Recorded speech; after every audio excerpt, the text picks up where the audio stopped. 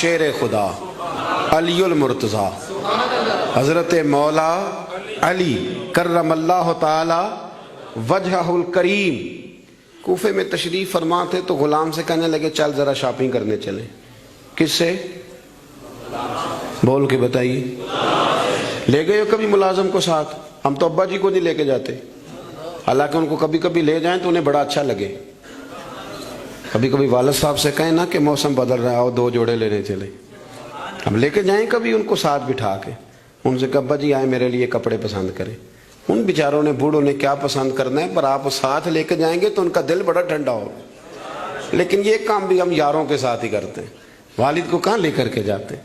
مولا علی شیر خدا غلام سے فرمانے لگے چل نا یار کپڑے خریدنے. خادم کہتا ہے میں ساتھ گیا. حضرت علی نے 2 جوڑے خریدے. فرمایا آج 2 لینے بھی، ایک تیرا ایک میرا. کہتے ہیں ایک خاصا مہنگا لیا، ایک ذرا سستا لیا. میں فوراً سمجھ گیا مہنگا آقا کا ہے اور سستا اسی طرح ہی ہوتا ہے نا.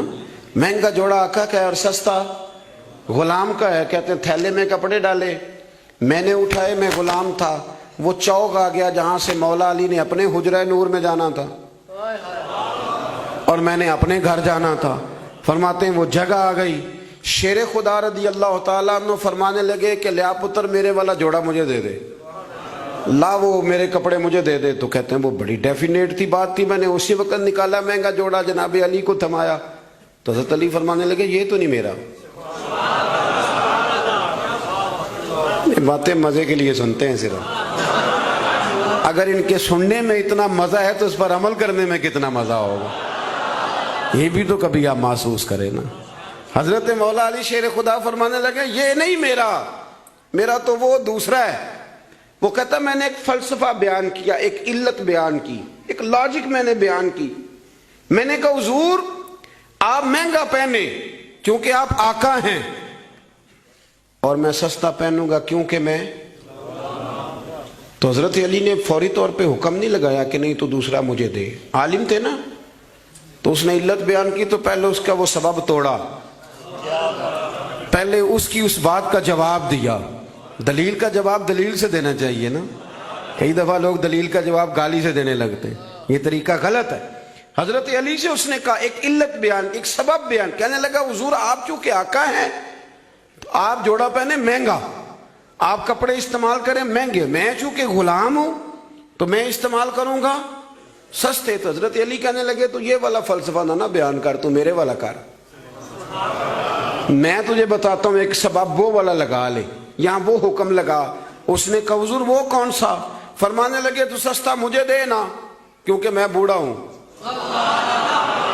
اور تو مہنگا استعمال کرنا اس لیے کہ تو جوان ہے، اور جو جوان ہوتے ہیں وہ مہنگے کپڑے پہنتے ہیں. فرمایا یہ والا نقطہ یہاں لگا نا، یہ کلیہ یہاں استعمال کر. تو خادم کہتا ہے کہ حضرت علی نے مجھے شان بھی دے دی، اعزاز بھی دے دیا، اور مجھے بات بھی سمجھا دی.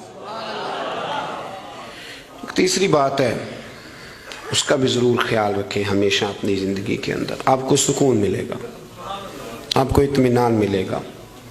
ہم نا آرام پسند بہت ہو گئے. سب سے زیادہ ہمیں پریشان وہ بندہ کرتا ہے جو ہمارے آرام میں تھوڑا سا خلل ڈالتا ہے. اسپیکروں پہ پابندی کیوں لگی بھلا؟ جھگڑے شگڑے اب کوئی نہیں ہوتے تھے، اب کہاں دور رہ گیا ہے.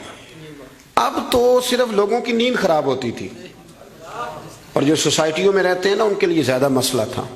ہم ذرا سا بھی اپنی نیند قربان کرنا، اپنے اوپر تھوڑا بوجھ لینا پسند نہیں کرتے. رات کو کچھ لوگوں کو جاگتے رہنا بڑا ضروری ہے. ڈاکٹر کے لیے اپنا موبائل آن رکھ کے اسے سونا چاہیے، یہ میری گزارش ہے. اس لیے کہ کسی وقت بھی کوئی مریض اس کو فون کر سکتا ہے. جو لوگ سیکیورٹی اداروں سے تعلق رکھتے ہیں ان پر ضروری ہے کہ وہ رات بھی اپنے موبائل کو آن رکھے. جن کی ذمہ داری میں کچھ لوگ ہیں، میرے پاس ایک ایسا نمبر ہے، رات بھر وہ نمبر، میرے پاس مدرسے کے بچے ہیں، وہ کسی وقت میری ضرورت پڑ سکتی.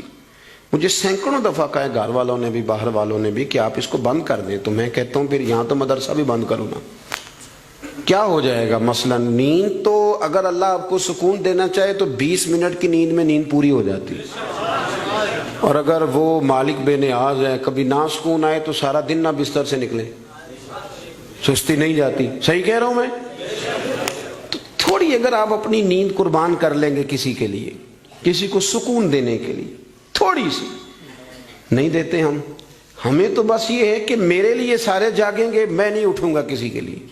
ہر آدمی ہائی الرٹ کھڑا رہے، اس سے انسان بہت بڑا خود غرض ہو جاتا ہے. اور جب وہ کسی کو سکون نہیں دیتا تو پھر اسے نیند بھی نہیں آتی. اگر ہم تھوڑا اشار کریں. حضرت انس بن مالک رضی اللہ تعالیٰ عنہ فرماتے ہیں رات کا وقت تھا، مدینے کے کونے سے چیخنے چلانے کی آواز آنے لگی بڑی شدت کے ساتھ. قاضی ایاز رحمۃ اللہ علیہ نے بھی لکھا ہے اور بھی دیگر سیرت نگاروں نے نقل فرمایا ہے، تیز ایک کونے سے تیز آواز چیخنے کی آنے لگی. فرماتے ہیں سب لوگ جمع ہو گئے جن کے کانوں میں آواز گئی. ہم نے نیزے، تیر، تلواریں، ساری چیزیں جمع کرنی شروع کر دی کہ ادھر جاتے ہیں اور جا کے دیکھتے ہیں وہاں کیا ہے. کہتے ہیں ہم تیاری کر چکے جب، اور ہم نے منصوبہ بنا لیا، اور جب ہم نے رخ پھیرا نا ادھر جانے کے لیے تو اللہ کے نبی صلی اللہ علیہ وسلم وہاں سے واپس آ رہے تھے. اور کہتے ہیں حضرت ابو طلحہ انصاری رضی اللہ تعالیٰ عنہ کے گھوڑے پر آپ سوار تھے اور گھوڑے کی پشت پر کوئی اور چیز نہیں تھی، یعنی کوئی کجاوا نہیں ڈالا، کوئی کپڑا نہیں ڈالا، ننگی پشت پر حضور سوار تھے، ہاتھ میں ایک نیزہ تھا. اور حضور اکیلے گئے، اکیلے واپس آئے اور آ کے فرمایا بھی سو جاؤ، کوئی پریشانی کی بات نہیں. وہ جانور لڑ پڑے تھے، میں دیکھ آیا ہوں، کچھ بھی نہیں ہے، سارے آرام سے سو جاؤ، کوئی ایسا مسئلہ نہیں. حضرت انس کہتے ہیں باقی تو ساری دنیا سو گئی تو میں ساری رات سوچتا رہا کہ محبوب تو ہماری سوتے ہوئے بھی نگہبانی فرماتے ہیں. جو حضور سب سے پہلے چلے گئے، دیکھ کے لوٹ بھی آئے، اس کا مطلب ہے کہ سرکار جاگ رہے تھے. حضور نے ویسے بھی فرمایا ہے کہ میری آنکھیں بند ہوتی ہیں، دل میرا بیدار ہی رہتا ہے. آپ یقین کریں اتنی خود غرضی، وہ پھر آہستہ آہستہ وہ خود غرضی. ہم پہلے خود غرض ہوتے ہیں، اپنے ابا جی سے کہتے ہیں کہ اب میرا گزارا نہیں ہوتا، میرے بھی بچے ہیں. یہاں سے ہم آغاز کرتے ہیں خود غرض ہونے کا. پھر کچھ عرصے کے بعد ہمارے بچے ہمیں کہنا شروع ہو جاتے ہیں کہ ابا جی اب ہمارا گزارا نہیں ہوتا، ہمارے بھی تو بچے ہیں نا. پھر وہ کبھی گونجتا ہے ہمارے کانوں میں ہمارا اپنا قول جو ہم نے کبھی کیا تھا اپنے والد کے لیے.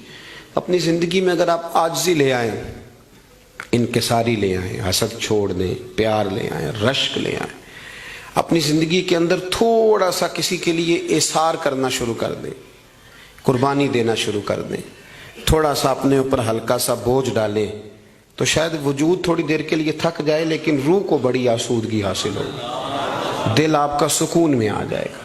آپ ایسے محسوس کریں گے کہ میں اصلاح پذیر ہو گیا ہوں، میرے باطن کے اندر جو میل کچیل تھے وہ چھٹنے لگے، وہ دھبے اب آہستہ آہستہ کر کے دور ہونے لگے. آپ کی اس محفل میں بھلا مہمان خصوصی کون ہے؟ یہ بزرگ مشائخ تو آئے ہیں، ہماری سرپرستی کر رہے ہیں، لیکن اس محفل کا سب سے خاص بندہ وہ ہے جس نے محفل سے پہلے مسجد میں جھاڑو دیا، جس نے صفیں بچھائیں، جس نے اشتہار لگایا، جس نے جذبہ کا اظہار کیا. اس بیچارے کی شاید فوٹو بھی نہ آئے، شاید بہت سارے لوگوں سے جانے بھی نہ، لیکن میں نہیں جانتا، حضرت نہیں جانتے، مفتی صاحب نہیں جانتے، پر جس رب رسول کے لیے کیا وہ تو جانتے ہیں نا. اچھا وہ میں نے اس طرح کے کارکنوں کو اکثر دیکھا ہے کہ وہ دور کھڑے مسکرا رہے ہوتے ہیں محفل کو دیکھ کے، میرا جلسہ بڑا کامیاب ہو گیا، دیکھو جی میری محفل. ان کو جو آسودگی حاصل ہوتی ہے نا دوسروں کو صفے بچھا کے دینے میں، اعزاز دینے میں، محنت کرنے میں، شہرت تو کسی اور کی ہوئی، پوسٹر پہ نام تو میرا لگا، فوٹو تو میری لگی، اس بندے نے کیا کمایا؟ اس نے اپنے دل کا سکون حاصل کیا، اس نے راحت کمائی، وہ ٹھنڈا ہوا، اسے اللہ تبارک و تعالیٰ نے سکون کی دولت دی. وہ رات کو جب سوئے گا تو کہے گا میں نے کمال نہیں کر دی، حالانکہ کسی کو کوئی پتہ نہیں. اس کی وہ جو ساری باتیں ہو رہی ہیں وہ رب رسول کے ساتھ ہو رہی ہیں، اللہ نبی. یہ والا سکون تلاش کریں، پھر آپ دیکھیں کتنی جلدی اللہ تعالیٰ آپ کے دل کو سکون دیتا ہے. یہ زیادہ دور نہیں ہے، یہ بہت مشکل کام نہیں ہے، کوئی چلے مجاہدے کرنے والا کام نہیں، یہ تھوڑا سا دل کی نگرانی کرنے والا کام. تھوڑا سا دل کی نگرانی کریں، دیکھیں کہ یہاں کون کون ایسی چیزیں پیدا ہو گئی ہیں جو خرابی کرنے والی ہیں، اذیت دینے والی ہیں، بس ان سے ذرا ذرا سا بچنا شروع کریں. پھر دیکھیں اللہ تبارک و تعالیٰ کتنی آسانی عطا کرتا ہے۔ دعا کرتا ہوں جو میں کہہ سکا میرا مالک اسے قبول فرمائے۔